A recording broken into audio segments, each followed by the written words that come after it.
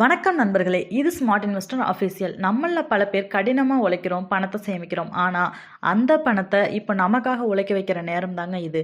உங்களோட பணத்தை வெறும் பீரோலையோ அல்லது சாதாரண சேமிப்பு கணக்கிலேயே வச்சிருக்கிறது உண்மையிலேயே உங்களோட பணத்தினோட மதிப்பு நீங்களே குறைக்கிறதா தான் அர்த்தம்.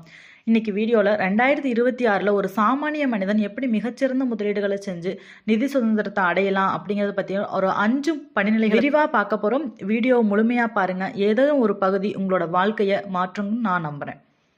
ஃபர்ஸ்ட் நம்ம மியூச்சுவல் ஃபண்ட் பற்றி தாங்க பார்க்க போகிறோம். பங்குச்சந்தையில் எப்படி இன்வெஸ்ட் பண்ணுறது, பங்குச்சந்தை எப்படி இயங்குது, எஸ்ஐபியில் எப்படி இன்வெஸ்ட் பண்ணுறது, அது எந்த மாதிரி வேலை செய்யுது, எப்படியெல்லாம் நீங்கள் லாபம் எடுக்க போகிறீங்க அப்படிங்கிறத பற்றி தான் நம்ம இன்றைக்கி இந்த வீடியோவில் பார்க்க போகிறோம்.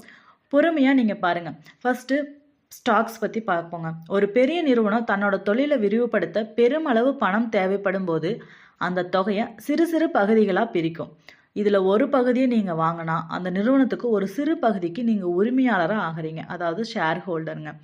இது எப்படி இயங்குதுன்னு பார்த்தீங்கன்னா, இது ஒரு காய்கறி சந்தை போல தான். ஆனால் இங்கே காய்கறிகளுக்கு பதிலாக நிறுவனங்களோட பங்கை விற்கிறாங்க. ஒரு நிறுவனம் நல்ல லாபம் ஈட்டும் போது அந்த நிறுவனத்தினோட பங்குகளை வாங்க அதிக பேர் வருவாங்க. அப்போ அதனோட விலையும் உயரும். நீங்கள் வாங்கிய விலையை விட அதிக விலைக்கு விற்கும் போது உங்களுக்கு லாபம் கிடைக்கும்.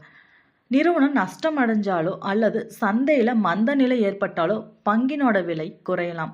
நீங்கள் பங்குகளில் இன்வெஸ்ட் பண்ணும்போது எந்த ஒரு கம்பெனி நல்ல ஒரு லாபத்தை கொடுக்குது, எந்த கம்பெனியில் கடன் இல்லாமல் இருக்குது அப்படிங்கிறத பார்த்து தெளிவாக அலசி ஆராய்ஞ்சதாங்க இன்வெஸ்ட் பண்ணணும். இப்போ எக்ஸாம்பிளுக்கு ரிலையன்ஸ், டைட்டன் இந்த மாதிரியான கம்பெனிகள்லாம் நீங்கள் இன்வெஸ்ட் பண்ணும்போது உங்களுக்கு அதிகப்படியான லாபம் கிடைக்கும். நீங்கள் ஏன் இதில் முதலீடு செய்யணும்னு பார்த்தீங்கன்னா, வங்கியில் கிடைக்கிற வட்டி விகிதத்தை விட நீண்ட கால அடிப்படையில் பங்குச்சந்தை அதிக லாபம் தரக்கூடியதுங்க. டிவைடண்ட்டுங்க, நிறுவனம் ஈட்டு லாபத்தில் ஒரு பகுதியை முதலீட்டாளர்களுக்கு பிரித்து கொடுத்துரும். பங்குச்சந்தையில் லாபம் இருப்பது போலவே நஷ்டம் ஏற்படும் அபாயமும் இருக்கு. ஸோ நீங்கள் நல்லா கற்றுக்கிட்டு தான் இந்த முதலீட்டில் இறங்கணும். இப்போ எஸ்ஐபி பற்றி தெளிவாக பார்க்கலாங்க. முதல்ல ஒரு விஷயத்தை புரிஞ்சுக்கோங்க. எஸ்ஐபிங்கிறது ஒரு ஸ்கீம் கிடையாது, அது ஒரு முதலீடு செய்கிற முறை தாங்க. உதாரணத்துக்கு நீங்கள் ஒரு வருஷத்துக்கு தேவையான அரிசியை மொத்தமாக விலை கொடுத்து வாங்குறது லம்சம்.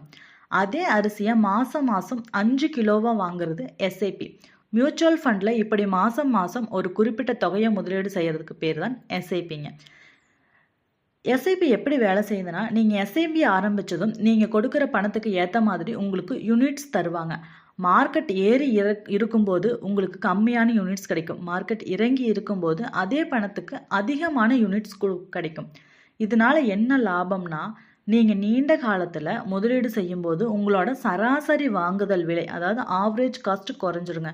இதைத்தான் ருப்பி காஸ்ட் ஆவரேஜிங்னு சொல்லுவாங்க. இதோட 3 சூப்பர் நன்மைகள் என்னன்னு பார்த்தீங்கன்னா, டிசிப்ளின்ங்க. மாதம் 5ஆம் தேதி ஆனால் ஆட்டோமேட்டிக்காக பேங்க்லேருந்து பணம் இன்வெஸ்ட் ஆகிடும்.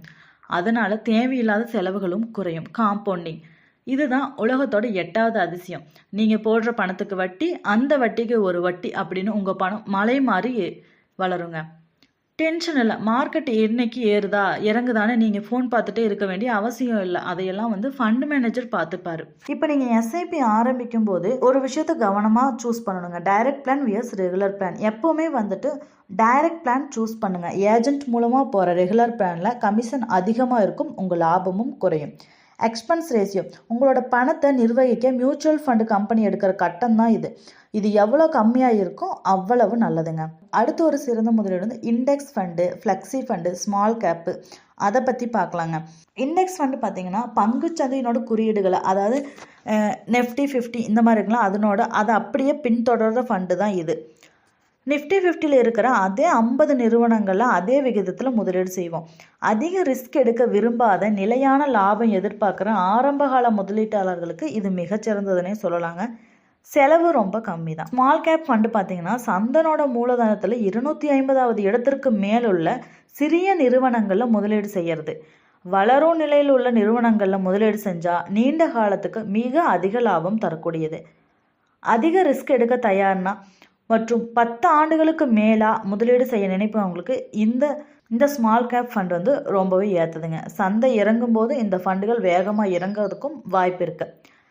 அடுத்து flexi cap fund, all in one fund அப்படின்னு சொல்லலாம். ஃபண்ட் மேனேஜர் சூழ்நிலைக்கு ஏற்ற மாதிரி ஒரு லார்ஜ், மிட், ஸ்மால் அப்படிங்கிற நிறுவனங்களுக்கு முதலீடு செஞ்சுட்டே இருப்பார் மாற்றி மாற்றி. சந்தை நிலவரத்தை பொறுத்து மேனேஜர் முதலீட்டை மாற்றிக்கிட்டே இருப்பாருங்க. ரிஸ்க் மற்றும் லாபத்தை சமமாக எதிர்பார்க்குற நடுத்தர முதலீட்டாளர்களுக்கு வந்துட்டு இந்த ஃப்ளெக்ஸி கேப் ரொம்ப சிறந்த ஒன்றுனே சொல்லலாம். நீங்கள் பாதுகாப்பை விரும்புனீங்கன்னா இண்டெக்ஸ் ஃபண்டை சூஸ் பண்ணுங்கள். உங்களுக்கு அதிக லாபம் வேணும், ரிஸ்க் எடுக்க தயாராக இருக்கீங்கன்னா ஸ்மால் கேப் பக்கம் போங்க. குழப்பமே இல்லாமல் ஒரு பேலன்ஸ்டு முதலீடு வேணும்னா ஃப்ளெக்ஸி கேப் சிறந்த ஒரு தேர்வுன்னே சொல்லலாங்க. இன்னொரு விஷயம், நேரடி பங்கு முதலீடு. பங்குச்சந்தைங்கிறது வந்து ஒரு சூதாட்டம் கிடையாதுங்க, அது ஒரு பிஸ்னஸ் தான். நீங்கள் ஒரு நிறுவனத்தை பங்கை வாங்கும்போது அந்த நிறுவனத்துக்கு நீங்கள் உரிமையாளராக மாறிடுறீங்க. இப்போ எந்த மாதிரியான பங்குகளை தவிர்க்கணும்னு பார்த்தீங்கன்னா, விலை குறைஞ்சு அதிக ரிஸ்க் இருக்கிற பங்குகளை நீங்கள் தவிர்க்கிறது, பென்னி ஸ்டாக் அந்த மாதிரி. எதை கவனிக்கணும்னா, கடன் இல்லாத நிறுவனங்கள், அப்புறம் தொடர்ந்து லாபம் ஈட்டும் நிறுவனங்களை தான் நீங்கள் தேர்ந்தெடுக்கணும். பை அண்ட் ஹோல்டு அப்படிங்கிற முறையை நீங்கள் கண்டிப்பாக பின்பற்றணுங்க. ஏன்னா சந்தையில் மதிப்பு இறங்கும்போது பயந்து உங்களோட ஸ்டாக்ஸை வித்தரக்கூடாது. அதை ஒரு வாய்ப்பாக பார்த்து இன்னும் கூடுதலாக வாங்குங்க. அடுத்து நம்ம கோல்டில் இன்வெஸ்ட் பண்ணுறதை பற்றி தான் பார்க்க போகிறோம். நம்ம ஊரில் ஒரு பழமொழி சொல்லுவாங்க, பொன் வைக்கிற இடத்துல பூ வைக்கணும் அப்படின்னு. ஆனால் இன்றைக்கி உங்களோட பணத்தை எங்கே போட்டாலுமே அது கோடிகளாக தாங்க வளரும். தங்கம் ஒரு சேஃப் ஹேவன். அதாவது போர் அல்லது பொருளாதார நெருக்கடி வரும்போது தங்கத்தினோட விலை அதிகரிக்கும். பணவீக்கத்தை முறியடிக்க தங்கம் உதவும். 10 வருஷத்துக்கு முன்னாடி வாங்கினா அதே அளவு தங்கத்தை இன்னைக்கு விற்றா இன்றைய பண மதிப்பு ஒரு ப்ராப்பர்ட்டிக்கு ஈடாக இருக்குங்க. அதை வாங்குறதுக்கும் விற்கிறதுக்கும் பெரிய அளவிலான அறிவு தேவையில்லை. இப்போது ஸ்டாக்ஸில் இன்வெஸ்ட் பண்ணுறதுக்கு நம்ம அதை அணுவணுவாக ஆராயணும். எந்த ஸ்டாக்ஸு சிறந்தது அப்படிங்கிறத பார்க்கணும். ஆனால் தங்கம் வாங்குறதுக்கு இது 916 ஹால்மார்க்கா, இவ்வளோ கிராம் இருக்கா, இது எப்படி லாக்கரில் வைக்கிறது அப்படிங்கிற அறிவு மட்டும் இருந்தாலே போதுங்க. நம்மளோட இந்தியர்களுக்கு பிடிச்சமான தங்கம், ஆனால் ஆபரண தங்கமாக வாங்குறது முதலீட்டுக்கு உகந்தது அல்லங்க. சவரைன் கோல்டு பாண்ட்ஸுங்க, இது அரசாங்கத்தால் கொடுக்கப்படுற ஒரு தங்க பத்திரம். இதுக்கு ஆண்டுக்கு 2.5% வட்டி நிலையாக கிடைக்கும். மேலும் 8 ஆண்டுகள் கழித்து நீங்கள் விற்கும்போது வரிச்சலுகையும் இருக்குங்க. டிஜிட்டல் கோல்டு, வெறும் ₹1 கூட நீங்கள் தங்கம் வாங்கலாம். 2026 தங்கம் ஒரு பாதுகாப்பாக அரணாக உங்கள் போர்ட்போலியோவில் இருக்கணும். முதலீடு செய்யறதுக்கு முன்னாடி நீங்கள் செய்ய வேண்டிய மிக முக்கியம் காரணம் இதுதாங்க. உங்களோட 6 மாத குடும்ப செலவை ஒரு தனி கணக்கில் வச்சுருங்க. திடீர் வேலை இழப்பு அல்லது மருத்துவ செலவுக்கு இது உதவும். ஒரு சிறிய விபத்தோ அல்லது நோயோ உங்களோட வாழ்நாள் சேமிப்பை கண்டிப்பாக அழிச்சிருங்க. ஒரு நல்ல ஹெல்த் இன்சூரன்ஸ் கட்டாயம் அவசியம். இதை செஞ்ச பிறகு தான் நீங்கள் வந்துட்டு முதலீட்டுக்கே வரணும். சுருக்கமாக சொன்னால், உங்கள் மொத்த பணத்தையும் ஒரே இடத்துல போடாதீங்க. Don't put all eggs in one basket. ஏன்னா நீங்கள் மியூச்சுவல் ஃபண்டில் போடும்போது உங்களுக்கு லாபம் அதிகம் வரும். அது மட்டும் பத்தாது, பங்குகள், தங்கம், அவசர கால நிதி, இப்படி இன்சூரன்ஸ், இந்த மாதிரி எல்லாத்துலேயும் போட்டு வச்சிங்கன்னா கூட்டு வட்டினோட மதிப்பு உங்களை கோடீஸ்வரராக ஆக்கிரும் சீக்கிரமாக. ஒரு 50% மியூச்சுவல் ஃபண்டு, 20% ஸ்டாக்ஸில், 20% தங்கம், 10% அவசர கால நிதி. முதலீடுங்கிறது ஒரு பயணம். அது ஒரே நாளில் உங்களை கோடீஸ்வரராக ஆக்காது. ஆனால் சீராக செய்தால் நிச்சயம் ஒரு நாள் நீங்கள் விரும்பிய நிதி சுதந்திரத்தை அடைவீர்கள். இந்த வீடியோ உங்களுக்கு பிடிச்சிருந்துச்சா லைக் பண்ணுங்கள். உங்களோட ஃப்ரெண்ட்ஸ் யாருக்கு முதலீடு பற்றின விழிப்புணர்வு தேவையோ அவங்களுக்கும் இதை ஷேர் பண்ணுங்கள். அடுத்த வீடியோவில் சந்திப்போம். இது smart investor Tamil official channel. Thank you.